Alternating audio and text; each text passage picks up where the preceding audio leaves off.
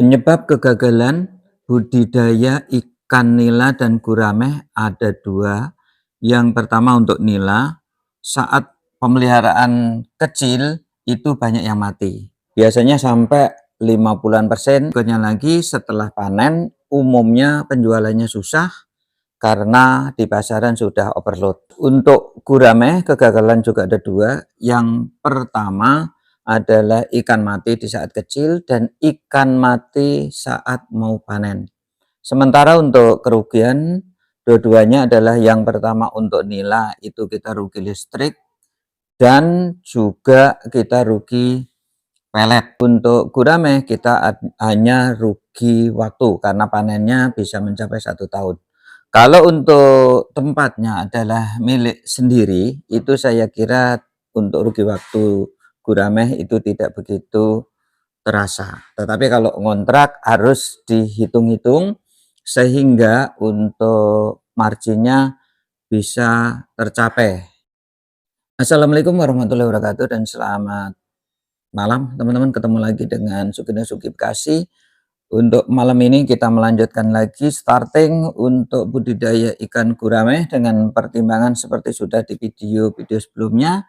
Yang kemarin kita sudah menyiapkan pakan untuk menaikkan FCR seperti yang sudah teman-teman lihat, karena sampai detik ini dari 1000 lebih teman-teman mengunjungi akun saya atau video saya, itu tidak satupun orang yang mengatakan bahwa mampu atau mencapai untuk FCR itu 1:1. Untuk itu yang saya sampaikan artinya itu betul, yaitu dengan cara kalau saya memilih gurame maka untuk menaikkan FCR dengan kompensasi pakan tanaman. Sementara kalau untuk nila tidak bisa tercapai. Baik, umumnya kegagalan yang terjadi itu di saat penebaran bibit untuk pembesaran, yang ukurannya itu kalau untuk ikan gurame itu sekitar 1 korek.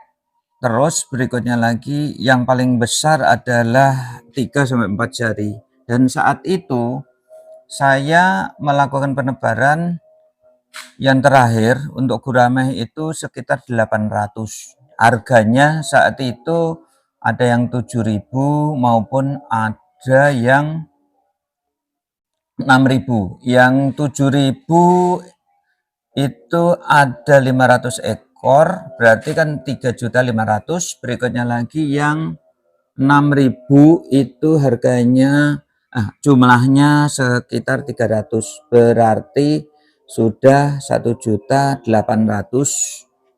Jadinya kalau kita jumlahkan sudah 5.300.000 teman-teman.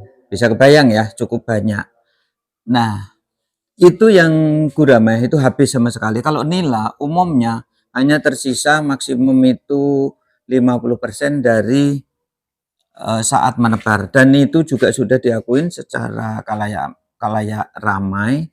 Setiap penebaran yang ukuran 3 jari itu yang saya temuin hampir semua itu tinggal 50%. Bagaimana cara solusinya? Saya baru menemukan untuk nila itu kuncinya ada di 3 kolam saya ini, 4 kolam sama yang di ujung ini kunci yang membuka tabir keberhasilan saya budidaya nila sehingga sampai panennya overload. Yang saat itu terakhir saya masih punya indukan masih utuh, jumlahnya itu sekitar 15 lebih jantan dan betina, dan itu untuk anaknya melimpah ruah. Dan saat itu terakhir yang ada di saya injek ini, kolam ini ada sekitar 3.000 sampai 4.000 ekor, itu masih seperti itu. Nah, yang menyebabkan gagal kan saat itu di sini kolam yang depan saya sama di situ itu melimpah ruah panennya, tetapi tidak bisa kejual yang akhirnya mati. Nah, itu untuk si nila kasusnya. Sementara kalau gurame itu yang saya alamin. Yang kedua, kerugian terbesar adalah saat panen. Saat panen di sini, di kolam yang paling dalam ini, itu ada sekitar 2 kuintal lebih itu mati total, dan akhirnya saya mulai bisa menyadari penyebab kegagalan yang pertama adalah saat penebaran itu belajar dari si nila, yaitu dengan cara memelihara urayak atau dari indukan, sehingga ikan-ikan tersebut sangat handal, sangat kuat, sampai waktu panen pun hanya yang mati boleh dibilang sangat sedikit sekali. Nah, untuk itu ilmu tersebut yang akan saya terapkan untuk di budidaya gurame saat ini. Jadi saya tidak akan membeli indukan, kalau indukan nanti terlalu lama untuk menunggu bisa langsung bisa bertelur. Yang saya akan beli yaitu dengan membeli telur. Saya sudah mengkalkulasi untuk 1000 telur yang kualitasnya baik itu harganya kisaran seratusan, ada yang 120, ada yang di bawah 100, ada yang 150, 180. Saya kira itu kisarannya untuk kelas-kelas tersebut, dan saya sudah melakukan perhitungan untuk hitung-hitungan pakan juga sepertinya lebih masuk, ditambah lagi memang desain kolam saya ini adalah kolam yang didesain untuk pembibitan dari indukan, misalkan nanti mau gurame mau dibuat untuk pemijahannya di sini, ini pun juga tercapai teman-teman, karena dalamnya cukup memadai, yaitu sekitar 2 meteran semua yang ada di sini. Ini 2 meter semua.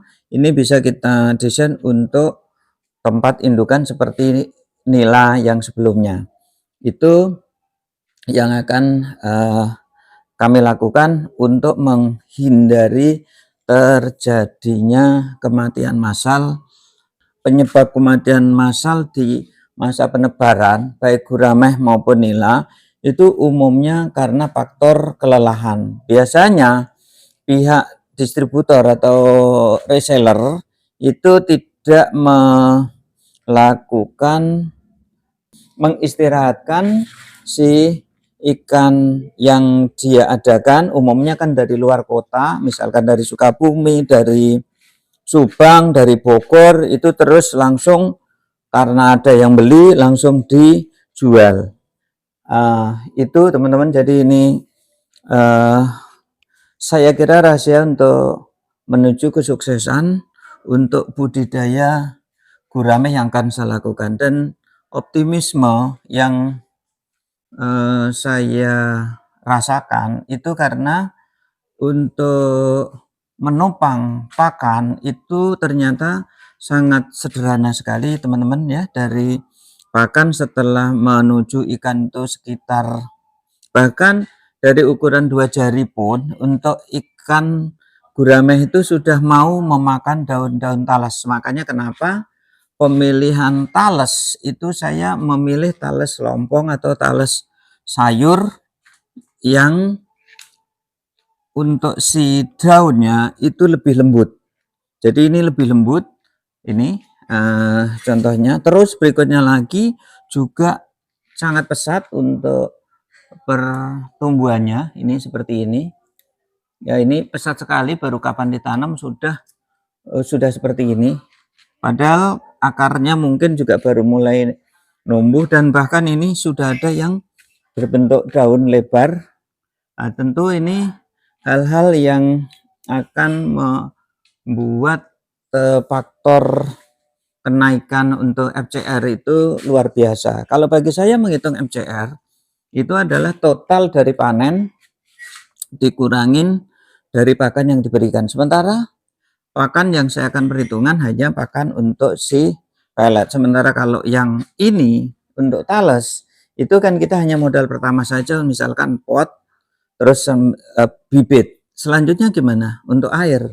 Tentu teman-teman menanyakan untuk airnya. Air kan juga butuh listrik. Tidak, saya udah menghitung untuk yang terbaik untuk air si tanaman tersebut. Saya akan menggunakan air dari kolam yang untuk menyiram sekaligus untuk mengganti air itu secara continue dengan jumlahan yang relatif sedikit, tetapi terus-menerus, sehingga untuk perubahan dari pH air itu tidak begitu terasa.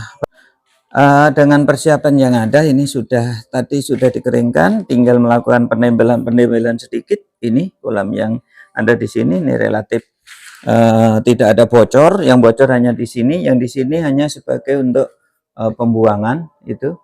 Jadi tentu persiapan untuk kali ini sudah matang, tinggal melakukan pembersihan terus pengisian air. Selanjutnya tinggal pesan untuk telurnya untuk kita tetaskan, dan tentunya itu hal yang menarik untuk kita sama-sama simak bagaimana cara menetaskan telur, lalu memelihara, lalu membesarkan, dan saat menaruh ke sini ke kolam-kolam ini, hal yang sangat menarik untuk kita sama-sama observasi atau kita sama-sama simak. Mudah-mudahan keberhasilannya cukup besar. Untuk menutup kegiatan video akan saya tunjukkan ke teman-teman seperti apa penanaman si pakan yang sudah saya siapkan beberapa saat ini. Kita mulai dari pojok sini ya teman-teman. Jadi untuk tales itu kelebihannya teman-teman, walaupun tempatnya tersembunyi-sembunyi seperti ini jadi kita masih cukup banyak untuk bisa menempatkan si tales-tales ini di tempat-tempat ini. Jadi artinya ini bisa kita padatkan lagi. Selanjutnya lagi di tempat untuk dinding-dinding dari ini kolam itu bisa kita letakkan, dan cukup banyak tentunya, insya Allah akan bisa menopang kebutuhan pakan dari gurame yang ada di kolam ini. Sekarang kita lihat ini ya, kita sambil lihat ini juga masih banyak tempat, artinya kita bisa letakkan beberapa ya, masih cukup banyak. Ini penampakannya semua sudah berhasil numbuh, ada yang sudah tinggi, ada yang masih kecil, tapi semuanya sudah mulai terubus. Yang ini sudah terubusnya cukup tinggi. Oke, ini penampakannya. Terus berikutnya lagi untuk si pupuk juga masih banyak, masih bisa kita tebar banyak. Terus ini juga sudah kelihatan semuanya sudah terubus. Baik, sekarang kita akan lihat di sisi depan rumah. Oh iya, di sini juga bisa kita letakkan ya teman-teman. Bisa berjejer.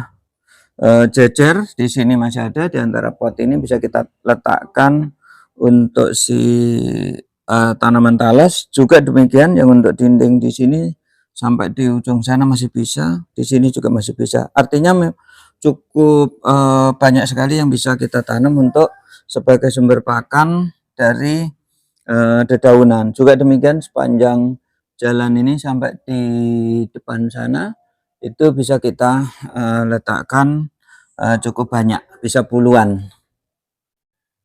Sekarang kita lihat dari sisi depan rumah, ini cukup banyak tempat yang bisa kita gunakan. Ini yang nempel tembok di sini, ini cukup banyak. Ini yang sudah salah satu contoh yang sudah kita tanam.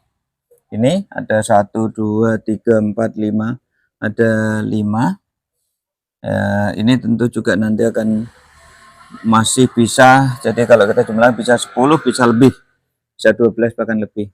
Terus berikutnya lagi juga untuk bisa jadikan tanaman hias di sisi depan, kita menggunakan pot-pot yang bagus, juga bisa kita letakkan untuk si pakan tersebut. Dan ini juga sudah mulai terubus, ini mulai terubus semua, dan itu juga sudah kelihatan.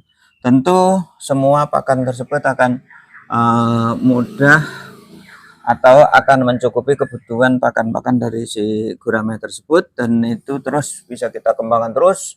Misalkan saja untuk di sela-sela dari tanaman ini, belum nanti juga bisa saja yang dekat-dekat sama tempat duduk ini dengan pot yang bagus, kita bisa letakkan untuk sumber pakan dari gurame tersebut. Saya kira itu. Mudah-mudahan bermanfaat untuk kita semua dan kita bisa menuju kesuksesan untuk budidaya gurame. Amin. Wassalamualaikum warahmatullahi wabarakatuh.